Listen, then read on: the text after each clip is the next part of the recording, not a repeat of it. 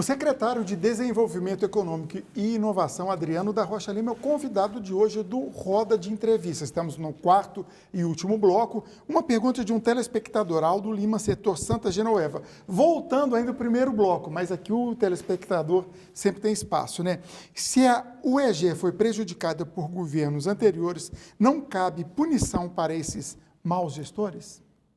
Sim, isso cabe, mas o Poder Executivo não é quem pune, né? Quem pune é o Poder Judiciário, e nós respeitamos aí o papel de cada um dos poderes, e certamente o Poder Judiciário está investigando todas as denúncias, etc., que foram feitas com a OEG, de forma que as responsabilizações sejam devidamente apuradas e identificadas. Frank. Não, pode... vamos lá. Aquela que ficou pendente Vamos lá, outro então, bloco Rubens. ainda. com o supersecretário. Aham. Porque são muitos assuntos, né, dos quais o secretário Adriano Rocha Lima trata, entre eles transporte coletivo na região metropolitana de Goiânia, e a gente conversava antes aqui sobre Metrobus, secretário. Há uma decisão do prefeito de Goiânia, Eris Rezende, do governador, de privatizar a Metrobus. Como é que isso vai se dar na prática, em quanto tempo, enfim? Bom, primeiro, sendo você, Rubens Salomão, não podia deixar de fazer essa pergunta. Sempre Seu falo tema sobre preferido. isso. Eu sempre falo sobre isso. Já andei muito de eixão, secretário. Bom, Sei que o Bruno Nascimento também. Olha, eu também, viu? Aliás, o nosso saudoso Laerte também era um Verdade. guerreiro Sempre sobre a fala questão do muito sobre transporte coletivo, né? Faz falta lá. Faz falta, nosso amigo. Sim, secretário. mas primeiro eu acho que é o seguinte, a gente tem que, falando sobre mobilidade urbana, antes de entrar especificamente no caso do transporte coletivo, é natural quando você pega todos os modais de mobilidade, começando até da andar a pé, né? Então, existe uma estatística que mostra o seguinte, por exemplo, R$1 gasto pelo usuário que vai andando a pé, se deslocando a pé, o governo tem que gastar 1 centavo com aquele tipo de transporte, que provavelmente é na reforma do calçamento das ruas, etc. Quando você passa para a bicicleta, você pula de 1 centavo para 8 centavos. Quando você vai para o transporte de ônibus, você pula para 1,5. Então, significa o seguinte, para cada R$1 gasto pelo usuário, em média, o poder público gasta R$1,50 para prover aquele transporte. Quando você fala de veículos, a cada R$1 gasto, você gasta quase que R$9 para prover toda a infraestrutura da cidade necessária para o transporte de veículos. Então, é fato que para uma cidade que ela tem uma mobilidade urbana melhor, primeiro você tem que investir num redesenho urbanístico onde você também aproxime locais de trabalho, de locais de moradia, para diminuir a necessidade de mobilidade. Mas, como sempre haverá necessidade de mobilidade, você tem que também investir nos outros modais, como ciclovias, etc., calçadas bem construídas para deslocar a pé, e também transporte urbano, tentando evitar justamente o transporte de veículo, que é muito mais caro. Então, é natural, né, que quando você tenha um transporte coletivo, que algum nível de subsídio nesse transporte tem que acontecer. E a situação da Metrobus se agravou quando antes ela operava simplesmente o eixo Anhanguera, que era um eixo extremamente rentável, que apesar dessa média nem acontecia esse subsídio de 50%, quando ela teve que expandir para a região metropolitana, ela passou a ficar deficitária, porque o custo passou a ser muito maior do que a receita apurada, né? O Estado está hoje numa situação fiscal delicada, então ele não tem como arcar com todo esse custo do subsídio. E como nós temos que incentivar o transporte urbano através de ônibus, como também de bicicleta e andar a pé, então existe um estudo sendo feito de forma que o licenciamento de veículos ele possa ter uma taxa um pouco maior para, de certa forma, desestimular um pouco o transporte veicular e transferir esse recurso para um transporte urbano, que é mais democrático, atende mais pessoas, exige menos Desde subsídio. que esse transporte urbano melhore, né? O transporte Desde que melhore, né? desde que funcione. Bom, melhor, né? por outro lado, né, o transporte urbano de passageiros é uma tarefa muito mais municipal do que estadual. O governo estadual ele precisa articular justamente quando você há linhas de transporte que ultrapassam fronteiras de município, mas ele precisa entrar como articulador. Mas quem tem que fazer esse papel sempre é a interação com a prefeitura. Então, o governo de Goiás, junto com a prefeitura, fez essa interação. o passo que nós estamos agora é de justamente definir essa tarifa que virá dos veículos, do processo de licenciamento de veículos, uma tarifa que seja justa em função da localização do veículo, porque não pode, por exemplo, alguém que está morando, sei lá em Porangatu, ter que arcar transporte na região metropolitana. Exato, na região metropolitana de Goiânia, porque ele não vai estar usando desse benefício. Quando é que esse projeto, eu sei que nosso tempo está curto, quando é que esse projeto de desoneração, que vai ser fundamental para a Metrobus, quando é que isso vai sair do papel? Porque o vereador está esperando estudos. Acreditamos que no máximo em 10 dias esse estudo esteja concluído. Tá? É uma expectativa, obviamente, a gente está fazendo um estudo com muito cuidado, porque é um tema muito sensível. Né? Agora, a intenção do governo é realmente privatizar a Metrobus, porque o papel do governo é fiscalizar, é articular, é garantir que tem um serviço bem feito. Isso pode ser feito através da fiscalização, não ele tendo uma própria empresa de transportes para prover esse serviço. Secretário, o senhor falou sobre a questão do ecossistema tecnológico, dos parques tecnológicos, e hoje nós temos a Gintec ali nas imediações ali do Goiânia 2. Aliás, se não me engano, é dentro do Goiânia 2, né?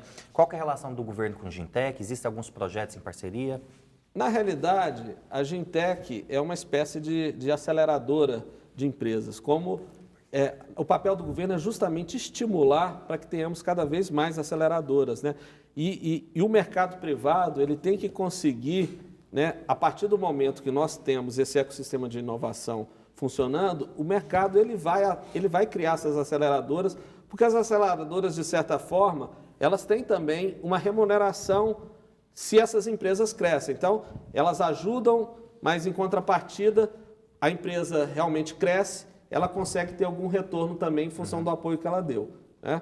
Então, o Estado ele está provendo todas essas facilidades. E talvez um ponto importante que eu não tenha falado quando a gente falou de ecossistema de inovação obviamente, dentro dos parques tecnológicos, as empresas ali instaladas, elas terão condições fiscais melhores do que as empresas que estão de fora.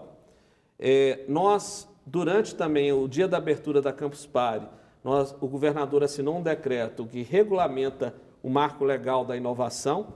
Esse marco legal da inovação ele permitirá uma maior facilidade no relacionamento entre governos e institutos de tecnologia, como universidades, etc., relacionamento entre institutos de tecnologia e empresas privadas, e entre governo e empresas privadas, de forma a que todas as modalidades consagradas no mundo inteiro que estimulam a inovação através do empreendedorismo, nós tenhamos como implementá-las no estado de Goiás. Então, esse foi um grande avanço também legal em termos de legislação para conseguirmos destravar essa pauta do empreendedorismo e da inovação. Secretário, eu quero fazer uma pergunta que tem a ver com a sua pasta e também com a de economia.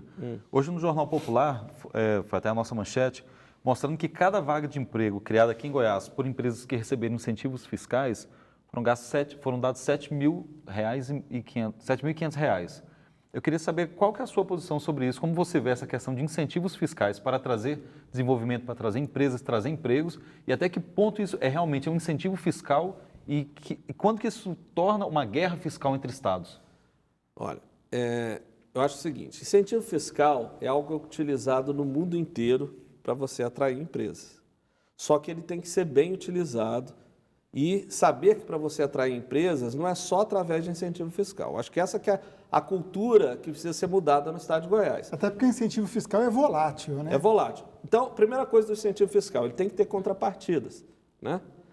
Claras, porque assim, qual que é o papel do incentivo? A empresa está fazendo um grande investimento inicial para se estabelecer, então o Estado ajuda com incentivos no momento inicial. Alivia aquele momento. Mas depois esse incentivo tem que, o natural que acontece em toda parte do mundo, ele sendo reduzido e aumentando a geração de empregos, com contrapartidas de geração de empregos, caso ele seja mantido em determinado nível. Então, tudo isso tem que ser muito bem estabelecido em contrato e fiscalizado. Agora, o Estado de Goiás, ele, por exemplo, tem áreas disponíveis para instalação de empresas que você não encontra no Estado de São Paulo. Então, o que se chama de fatores locacionais para instalar empresas, por exemplo, nós agora estamos instalando diversos parques tecnológicos com diversas facilidades para empresas de tecnologia em diversos estados se instalarem, né? São fatores locacionais importantes. O Estado de Goiás talvez seja o estado do Brasil com melhor potencial logístico que existe. Nós temos aqui, por exemplo, um porto seco, aeroporto de cargas, a ferrovia Norte-Sul, que ficará pronta em 1 ano e pouco, passando dentro do estado de Goiás, ligação entre Mara Rosa e Mato Grosso, feito também através de outra ferrovia. Então, temos todos os modais logísticos e, principalmente, a localização centralizada do estado de Goiás, equidistante do Brasil inteiro, que pode se tornar um grande entreposto de distribuição de produtos. Por exemplo, produtos que são fabricados na Zona Franca de Manaus podem vir para o estado de Goiás e, a partir daqui, serem distribuídos para estados próximos. Então, tudo isso tem que ser levado em conta a hora que você vai atrair uma empresa.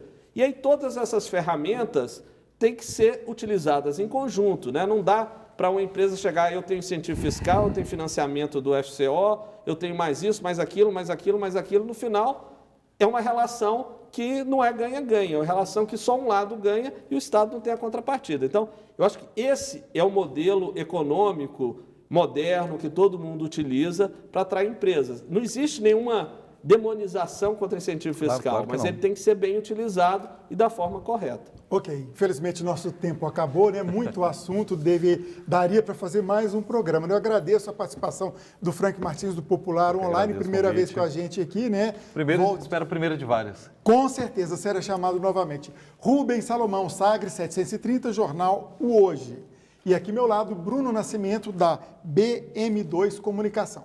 Secretário, antes de despedir, a Kenny, parabéns por tão pouco tempo trazer tantas inovações. Fui ao campus Parry. Ela disse que trabalha com tecnologia e quer lhe passar algumas ideias. É lógico que a gente passa depois para a sua assessoria para o senhor recebê-lo lá e conversar. Pode ser, né? Para não passar aqui. Claro, com prazer. Secretário, muito obrigado pela sua participação. Agradecemos e conte com a gente aqui. Uma boa noite e muito obrigado. Obrigado a todos vocês. O Roda de Entrevista volta na próxima semana, terça-feira, às 8 da noite. E eu aguardo você.